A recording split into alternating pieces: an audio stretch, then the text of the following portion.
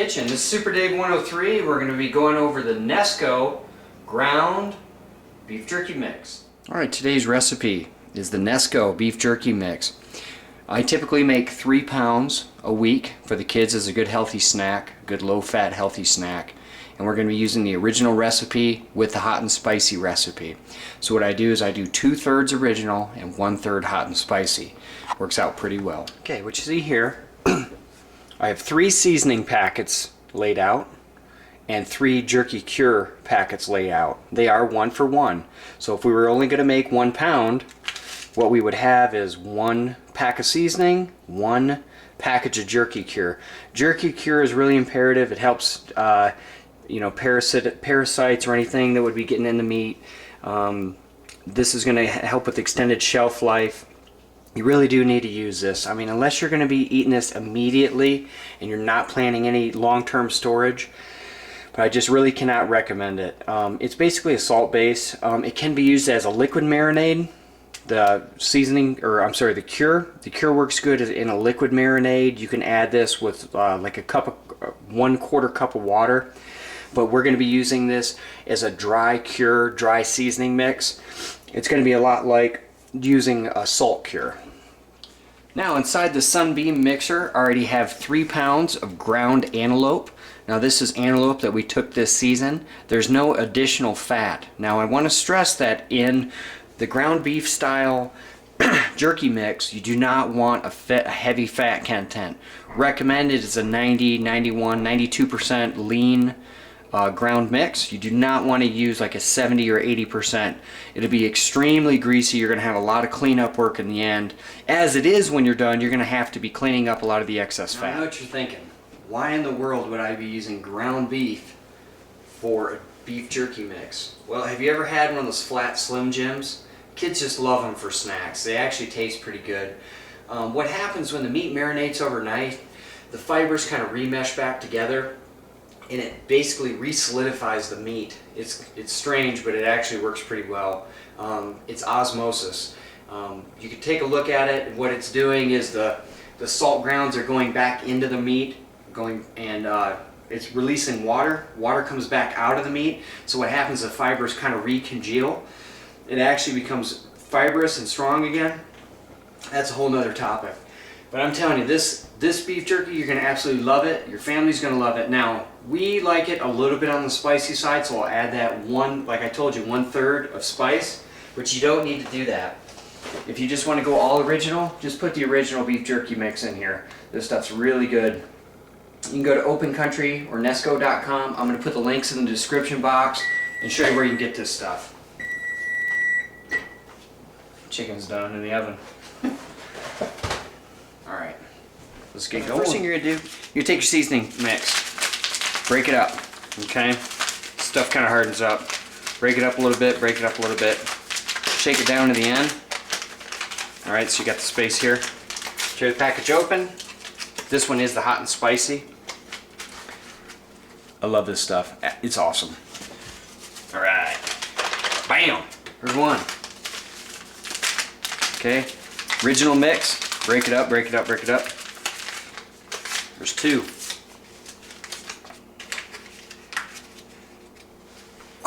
Original. Down the hatch. Okay. And yes, you have to put this in a bowl. You got to mix this all up in here first. You got no way around it, guys. You got to do it.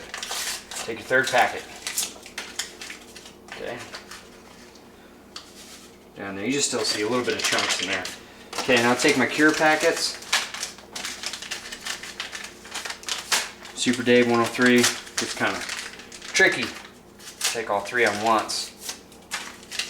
If you got skills, that's not skills. I just put it in the packet. Put the packet in the mix. 1, 2.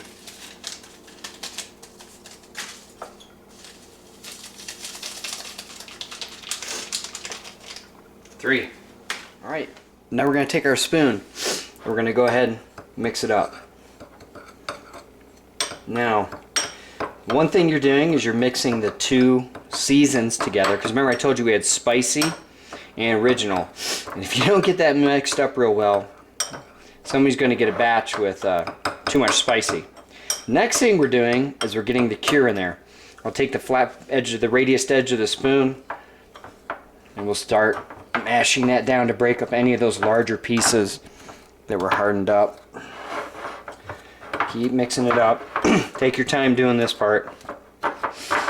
I've gotten lazy in the past doing this and had some real heavy areas that were super spicy and then other sticks that weren't very spicy, and my wife will let me know, the boys will let me know, so don't do that to your buddy.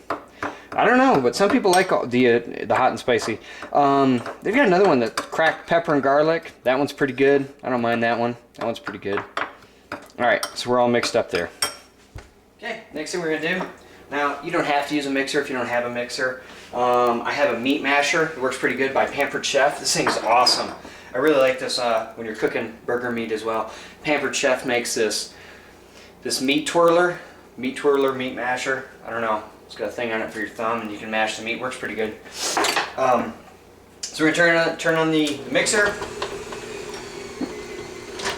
Start spreading this stuff out.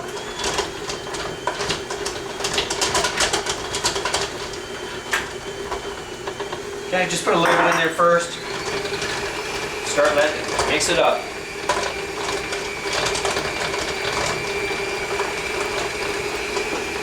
Take the meat masher, put it inside, mix up the outside edge.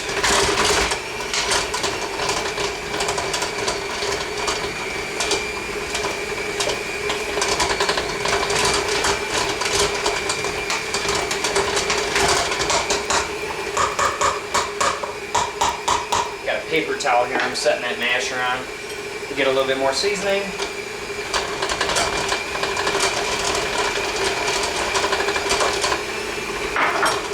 Keep mixing.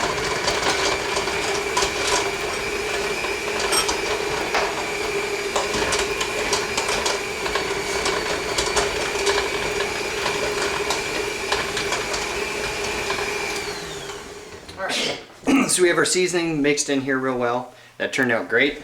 The next thing you have to do, and I recommend you have yourself a couple paper towels handy when you do this. Take the meat, and you have to pack it in tight, okay? So this part where you got to get your hands in it. The hands are cleaned real well. Take the meat. What you're going to do is you're going to pack it tight. Tight down, okay? You want to get any air pockets out of there. You want any loose fibers packed tight back to the meat. Remember me telling you, there's a chemical process, there's a chemical change going on, and it is osmosis. And the way that the meat is the best evenly seasoned is it's packed tight so that that seasoning can move back and forth across the individual fibers. Remember me telling you, this is ground meat. What it's going to do is going to rebind the muscle fibers back together. Okay, take a paper towel, wipe your hand off real quick. You're going to have to wash that anyways. And in the end, that's how it should look. Packed down tight. Okay? Then you're going to take your saran wrap.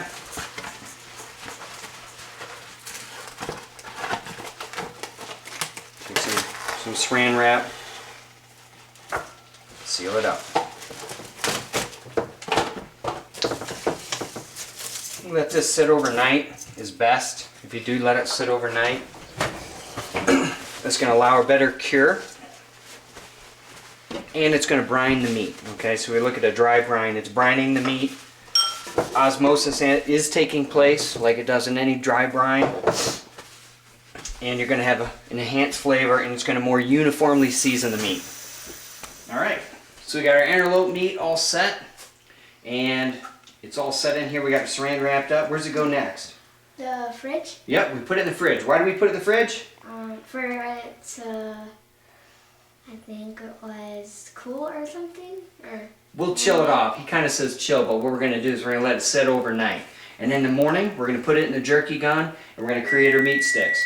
What kind of meat sticks are we making this time? Round or flat?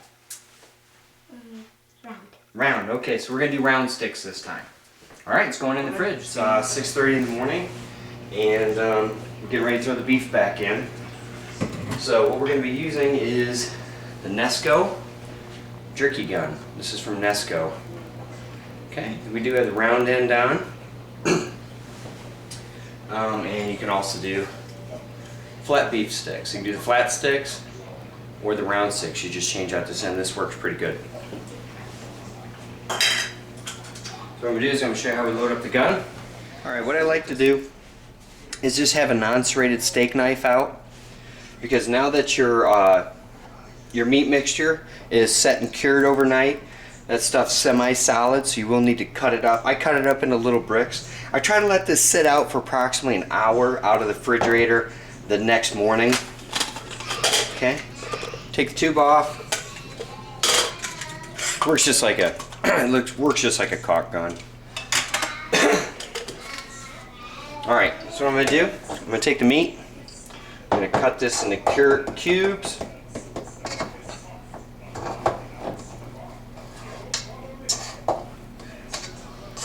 Small enough cubes that they'll fit inside the jerky gun. Okay.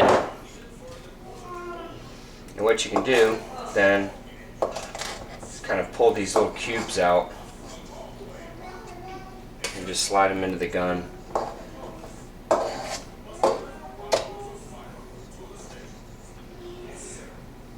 Okay.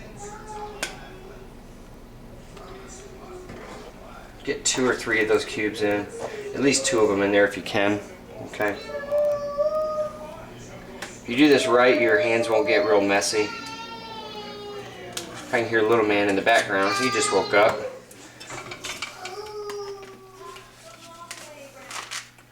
Okay. Bleed the air out. Okay, once the air is bled out, that's what it looks like. Okay. We're going to take our NESCO Dehydrator. Take just one tray. Typically I'll take the bottom tray. Okay, we'll take the bottom tray. Yeah, that'll work like that.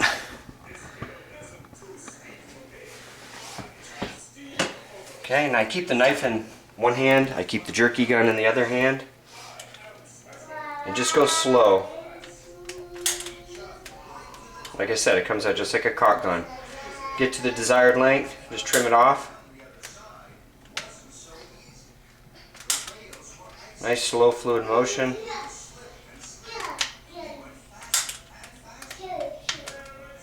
Stuff looks pretty good.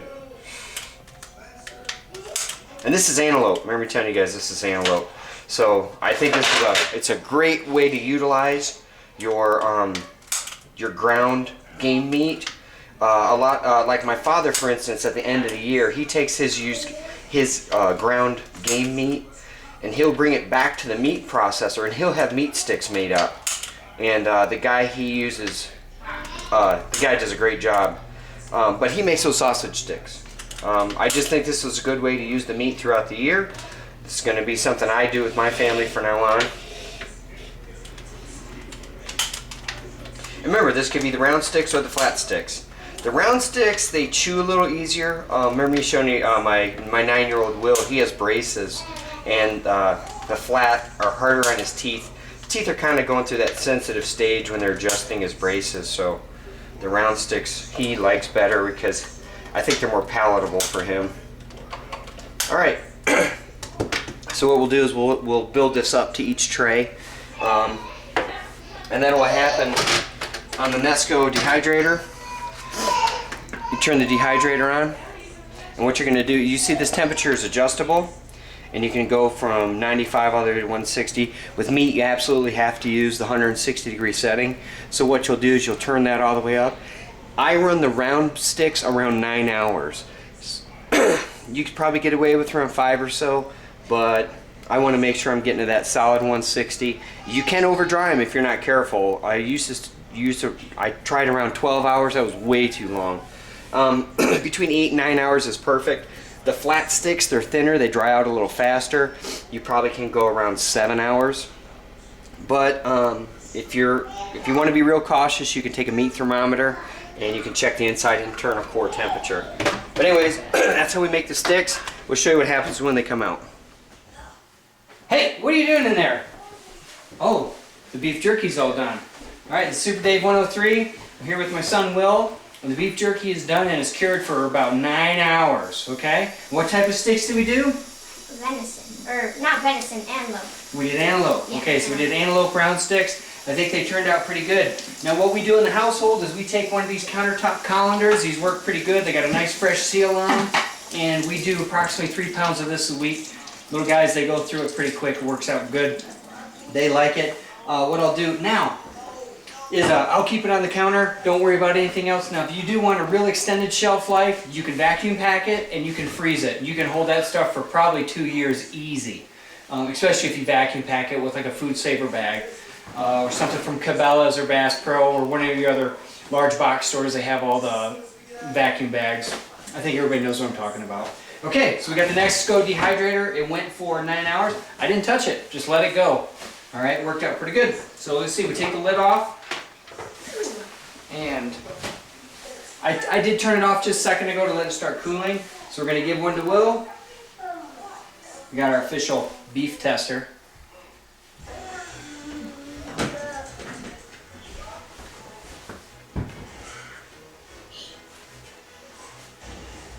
How is it? And we got the other beef tester. Alright, we got the other beef tester here. Let's see if he'll try a beef stick. Try a beef stick. I don't know, maybe. But anyways, take your beef sticks. They turn out great. Yeah. They're like an uncased sausage. These are awesome. And when you're done, just go ahead and here, open up the colander there. Just pull the lid off. Okay, take all 3 pounds. Take all 3 pounds of them and drop them right in. We got another beef tester here. He's in. All right. Go ahead and test it. Tell YouTube, how was the beef sticks? Huh? It's amazing. Awesome. They're amazing. All right, high fives for everybody. Good. Yeah, high fives. You're supposed to eat that, man. All right. Well, thanks for watching, and I hope this helps you guys out. Make some healthy snacks for your family. See you next time.